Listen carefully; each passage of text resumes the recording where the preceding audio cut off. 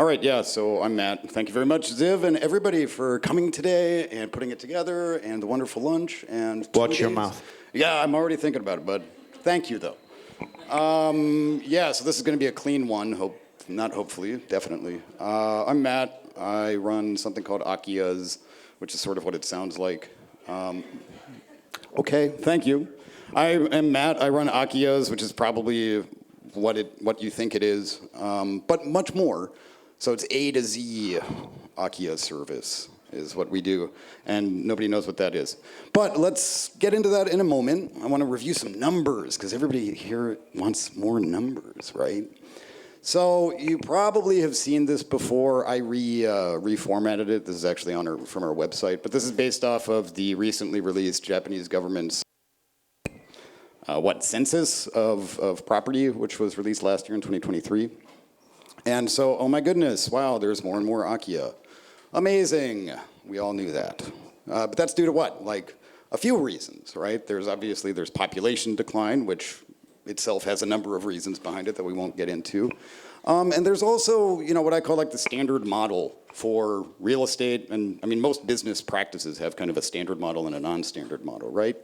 And so, at least for Japan, standard real estate kind of looks like Tokyo. Like that's it, right? And so that has, it's certain, I always use the word calculus to it. Like the way that Tokyo real estate works, there's an equation for it, right? It's kind of multifaceted and whatnot, but there's like a set way that you do it. And that model is really good for Tokyo. Maybe not really good, but like it's good enough, it works. And it's designed for what metro areas are. It's not designed for rural areas. It doesn't work very well out there. However, the same exact model is being applied out there as it is here. And so to me, it's no wonder that, oh my goodness, wow, there's more Akiya. Why could that possibly be? It's because the business model doesn't work, okay? Well, that's not the only reason, but that's like a big one. So yeah, there's Akiya numbers. What hasn't been talked about so much, though, is the build rate numbers. I don't think I've heard this come up yet, right? So we've got Akiya increasing in numbers for a number of reasons. We have a population decline happening as well. But then also, at the same time, we've got, since I think this is actually 1983. Yeah, this one. New builds are actually going down. Obviously, it's still a positive number, but it's lesser and lesser and lesser. And so, I don't know, I can't make an exact prediction, but sometime in the near-ish future, it's feasible that not only will we have steadily increasing numbers of Akiya, we're also going to see fewer and fewer and fewer new builds. So that model of what real estate is and what you buy necessarily will have to reflect that reality that we're relatively quickly approaching. So I think that's kind of neat, right? What's my next slide? Oh yeah, so that's kind of a precursor to what we do, right? There's a whole bunch of stuff out there that nobody has accessed or really bothered analyzing. And so we go out and do that, right? And we do that a few ways in partnership with a bunch of folks. Yamamoto Property Advisory, number one, is right here in the house. Helps us with actual brokerage so we can make those purchases happen. We also are partnered with MailMate, who manages, number one, mail, which sounds maybe not all that interesting, but it is for people who live outside of the country and need to pay bills and taxes and things like that. So even if you don't live in Japan, with MailMate, you can actually make all of that work. And then also, we're partnered with Haneda International, who is a legal firm that helps you set up kabushiki kaisha, or like GKs, KKs, whatever. So if you want to start a business in Japan, they get it done. All of that wrapped together is like a really nice package and stuff. So if you find an Akiya and you want to do business, like we can help you do that.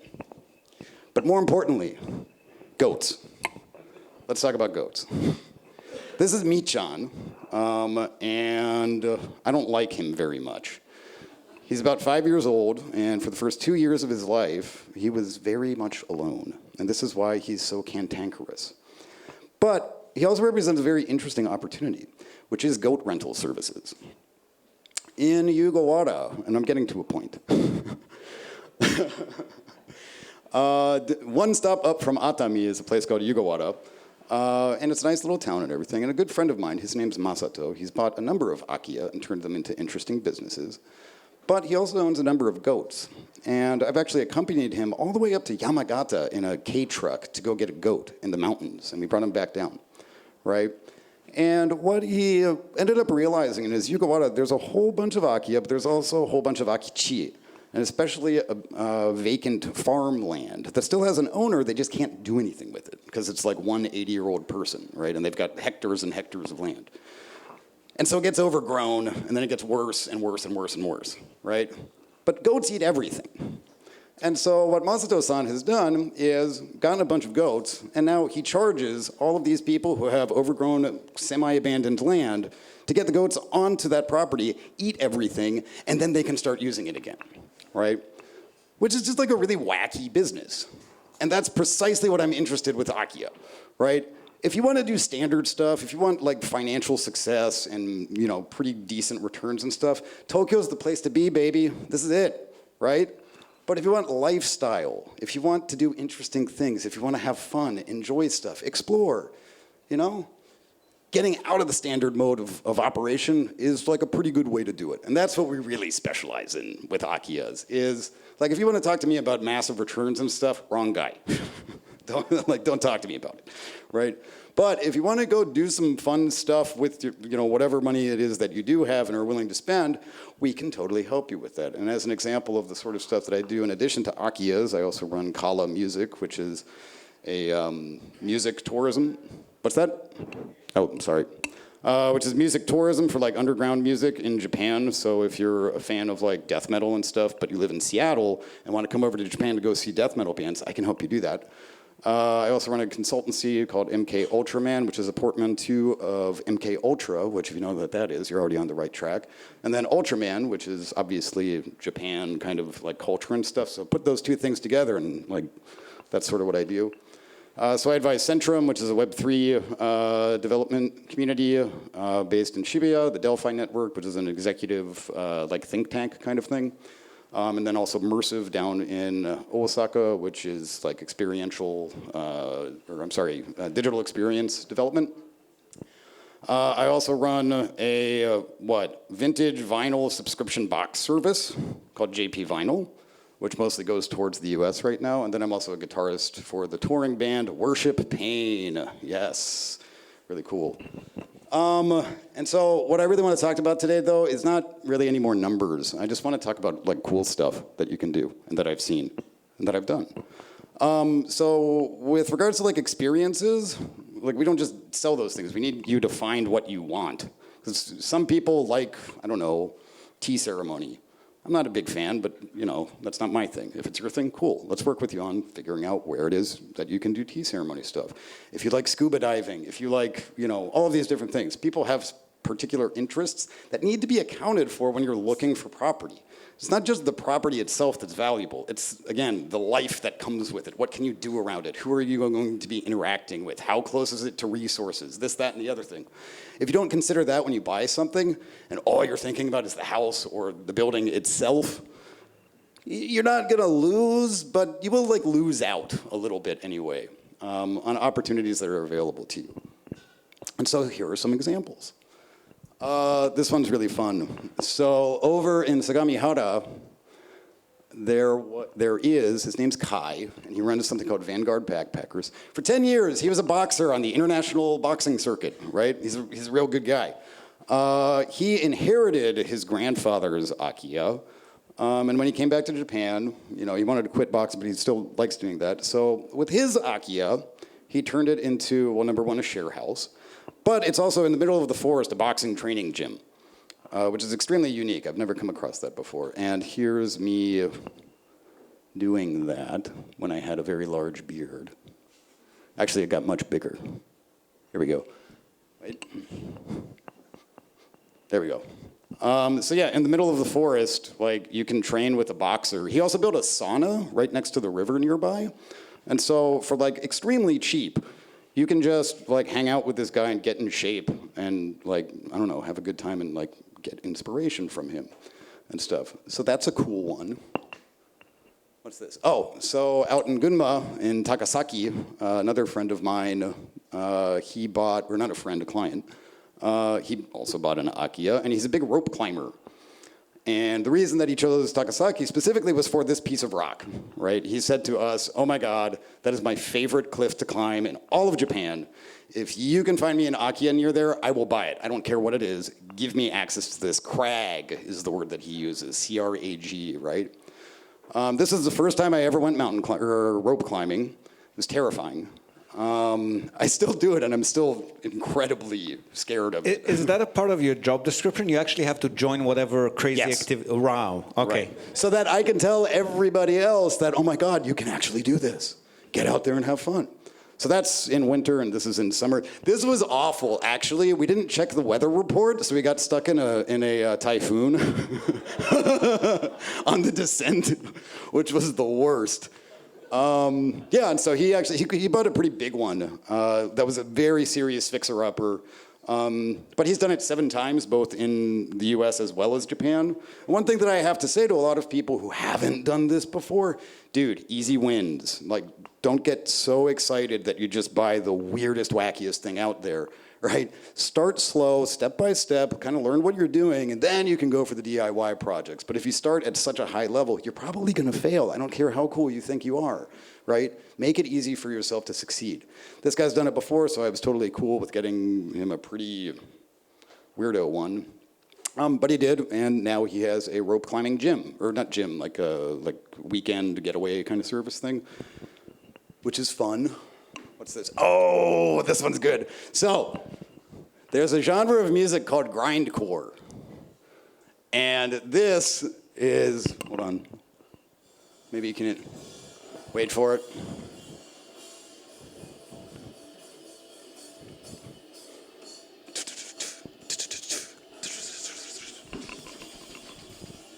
So yeah, this is at a mountaintop temple last year in Nagano. And this was fun because, so it's kind of a long story. There's a venue in Yokohama called El Puente, which is a very important venue in the underground music scene here. And one of the bands that plays there a whole bunch, their guitarist's younger cousin is the head priest at this mountaintop temple, and he really likes heavy metal.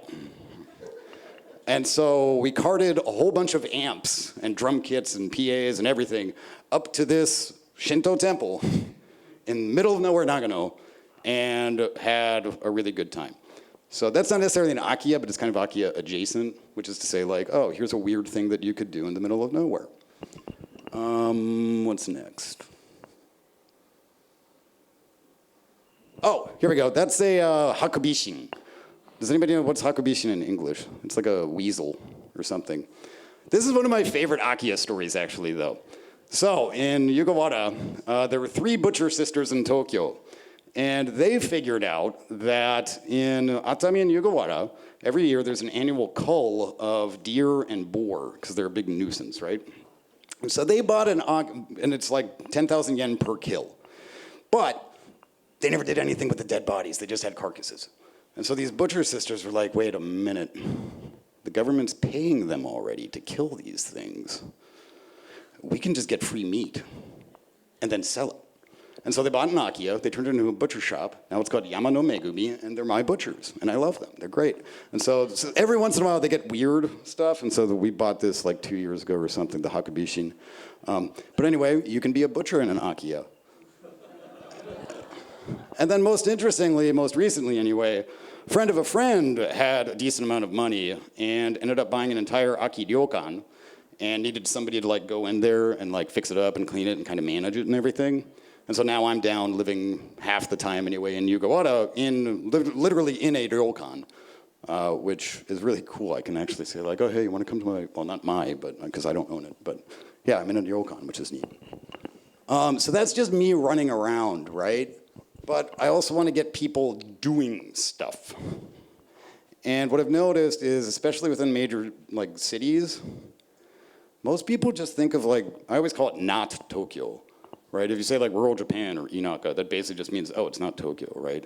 And a lot of folks, have like kind of a blanket understanding of what that is, which isn't a very good understanding. And so they don't know what to do, they don't know where to go, they don't know who to talk to, they don't know how much it costs, they don't know how to get there, all this stuff, and so they don't go. And so the easiest way to get in there is to just give people ideas. And so one thing that you can do, you can subscribe to get some ideas if you want, is just show people the way. What do you eat? Where do you stay? How do you get there? Right, those three major things.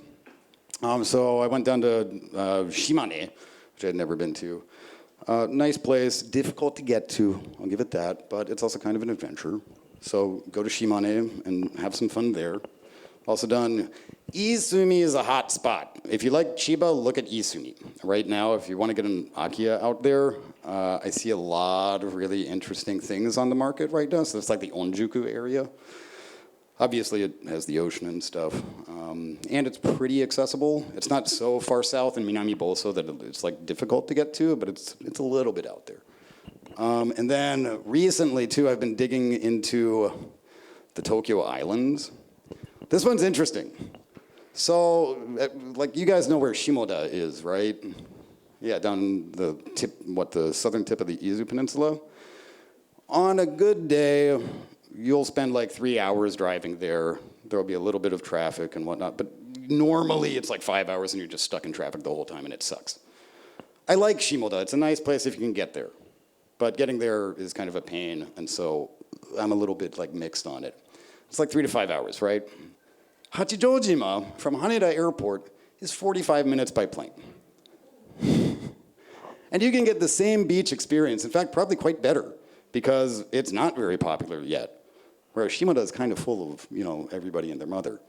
So yeah, if you want to have that kind of experience, guess what? You can just go to the airport and spend 40 minutes on a plane, and suddenly you're in this pristine, island nation sort of thing, having a good time. So that's one other thing that we do. But then also sometimes people like to have their hand held. And so we also put together like exclusive weekend retreats to take people out and like experience rural Japan as well as Akiya. This one, do I have a slide for this? Oh, all right, I guess we can start with this one. So this is out in Ashigara. Friends of mine, they bought a tent sauna right here. And then they don't own the waterfall, but it is near a waterfall.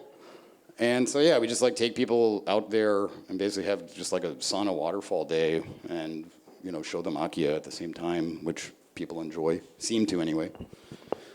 What's this? Oh, we also do scuba trips. And this was just like really pretty. This is 2 months ago? Last month, I think, down in Nibukawa, which is near Izu. Yeah, literally there are 2 cabins that I can rent, and there's a scuba shop next door, and then we did I did a little bit of research on where Akiya in the area are, and just kind of walked past them. Didn't do any visitations or anything like that. But yeah, so you can go scuba diving and check out Akiya at the same time if you want, which was a good time. And then, I'm probably going through this way too quickly. Come on, here we go. Okay, so that first slide is also at the same place. This one's super duper interesting because there was a really big fire in a village that somebody set accidentally. And they burned down the village, more or less, which really destroyed this guy's social capital. Like, don't burn down your own house, and definitely don't burn down other people's houses.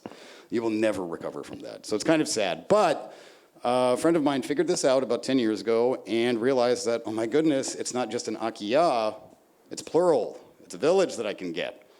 And so he ended up acquiring most of the land in that burned down village.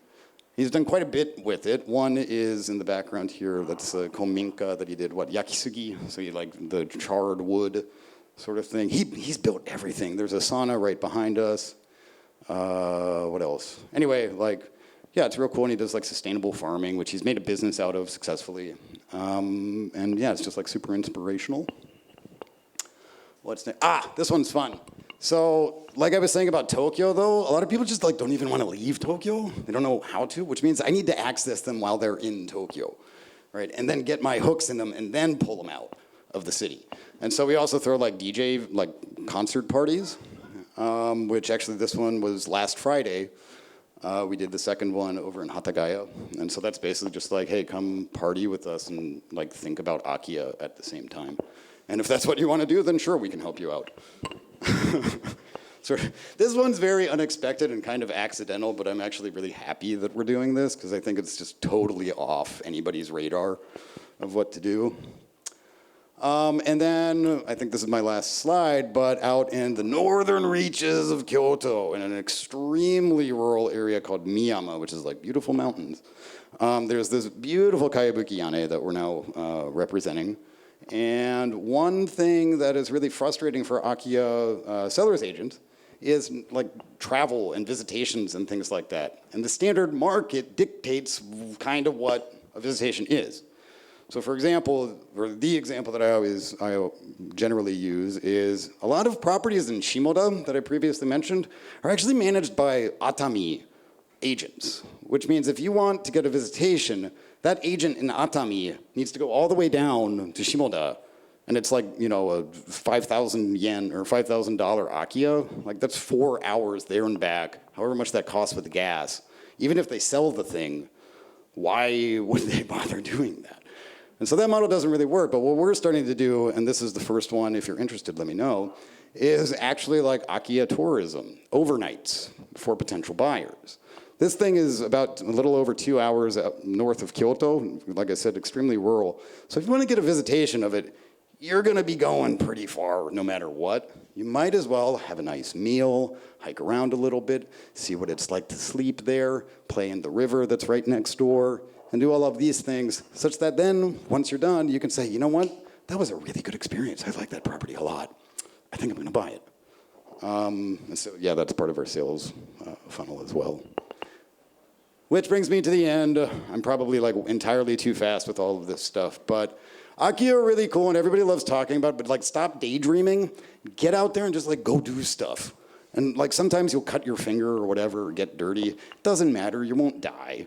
Right? And then you'll figure out, oh my God, actually I really enjoy doing this thing in this area versus that area and everywhere else. This is the one that I really like and like really jives with who I am and what I want to do and what I enjoy. So maybe this is where I should buy an Akiya. And I think that's the end. So questions? Before Q&A, can I just add something? You're probably aware of that, sure. But in case people are not, last July a new legislation came into effect allowing real estate agents to charge a minimum commission even if the property is $5,000 or whatever the case may be. So if it's under 330,000 yen, including tax, they will still, if the official commission is under that, they are still allowed to charge that as a minimum. That's an incentive to get them a little bit more motivated to actually move those older properties, because they obviously have been going, like Matt was saying, 4 hours back and forth to sell something for a commission of $1,000 or $500, whatever it is. Hopefully that'll make a change, but factor that into your calculation. Sorry, Q&A. I'll go for it. Now. Any questions?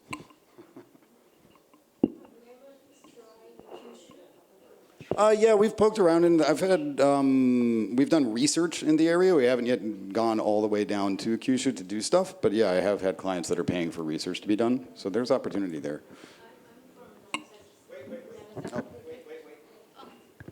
I'm from Nagasaki Prefecture. Oh, okay, great.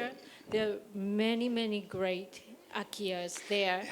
Nagasaki Prefecture has mountains, islands, and water, the beautiful sea that foreign people really don't know yet. Yeah.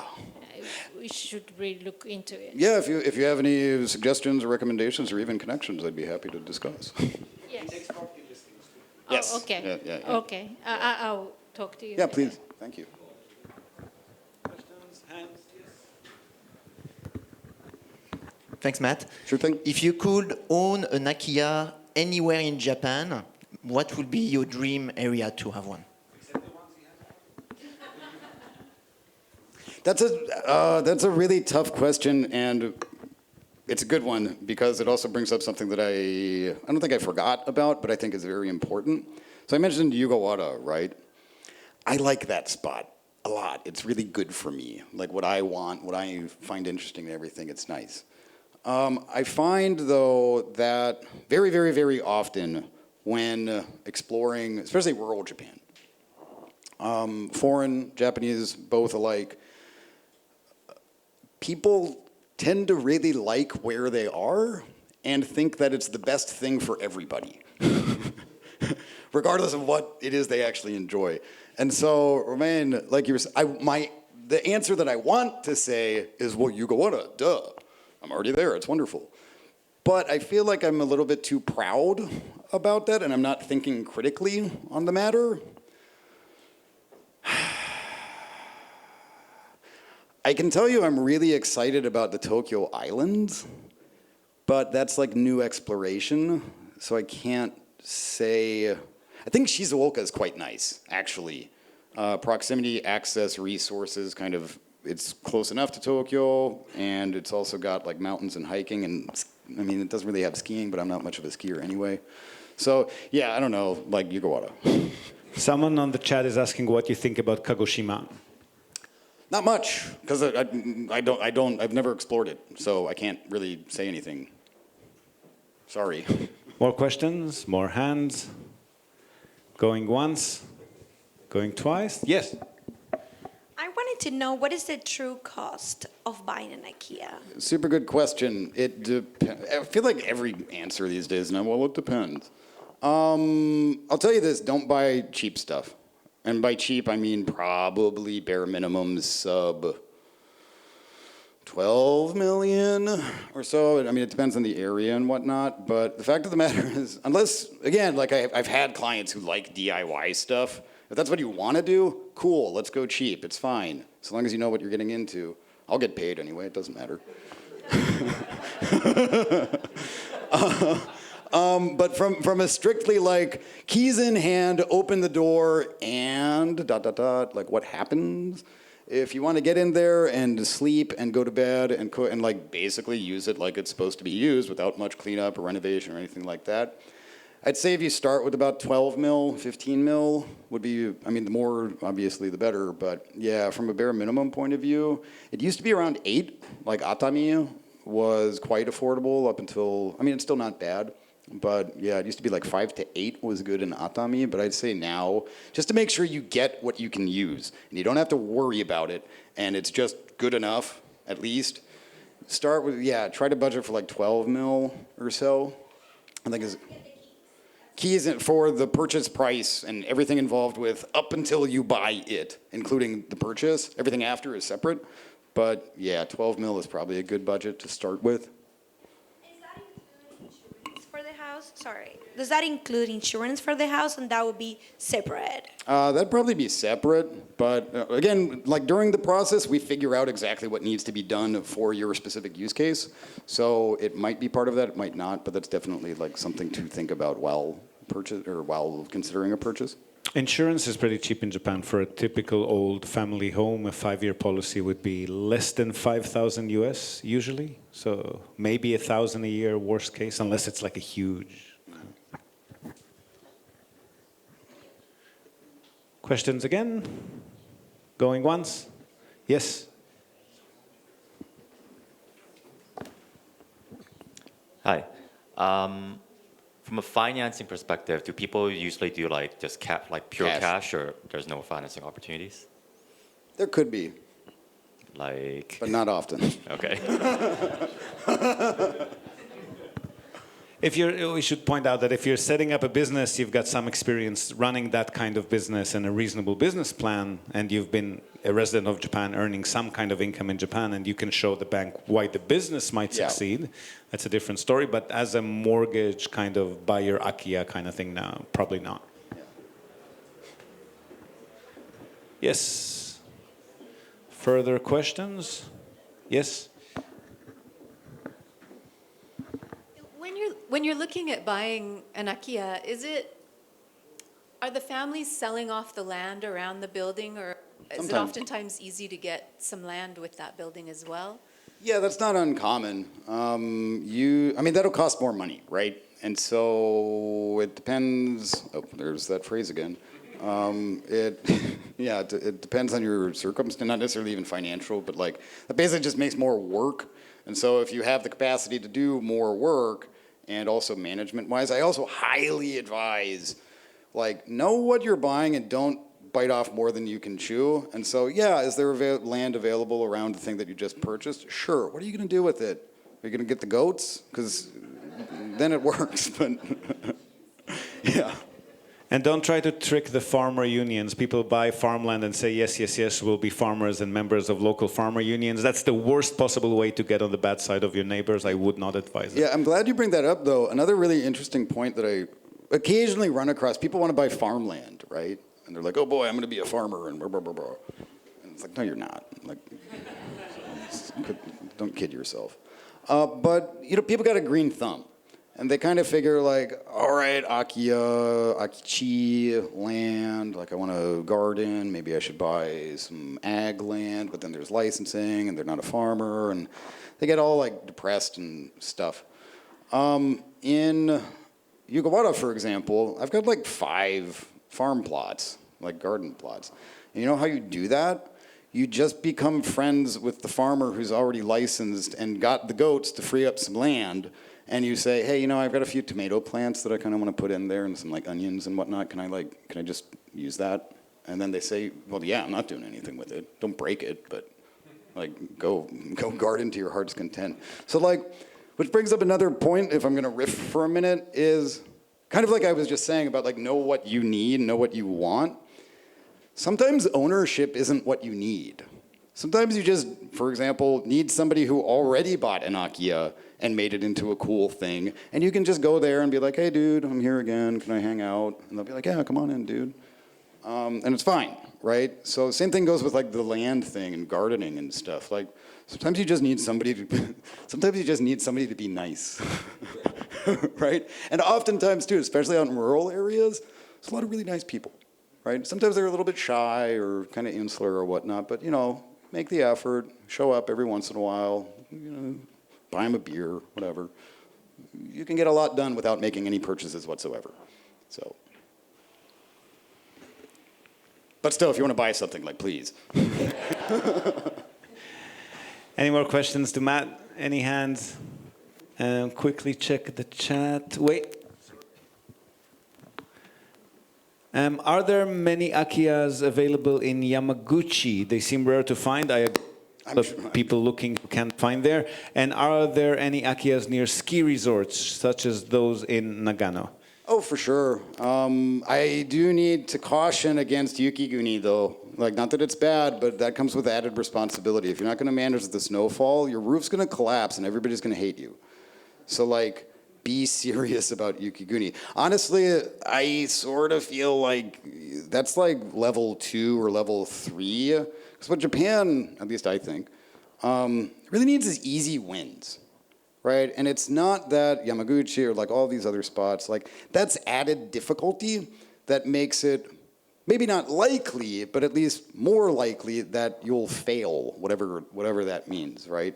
And so identifying spots that have the resources, have the access, maybe don't have heavy snowfall, like this, that, and the other thing, those are the places, granted, you know, we work nationwide, but I really want to point out the necessity of like critical analysis, especially with regards to logistics, when it comes to buying any property anywhere. Because the fact is, like I was mentioning Shizuoka, that's kind of ticking most of the boxes. Yamaguchi, maybe not yet, sort of thing, right? And so that's not to say that they're bad. It's just like from a strictly objective point of view, being able to identify the spots where, okay, now we're in business and everything's good is important, I guess. In Nagano, Niigata, other ski-type, onsen-type areas, we often advise to people who have that aspiration to be in that area to maybe get a property on resort land. Yep. And pay your monthly dues and make sure that somebody's doing the snow clearing and somebody's wiping the sidewalk and the trash is being collected. Mm-hmm. The remote management in rural areas can be very difficult if you're not there all year. Yeah. So good question. All right. Thank you very much.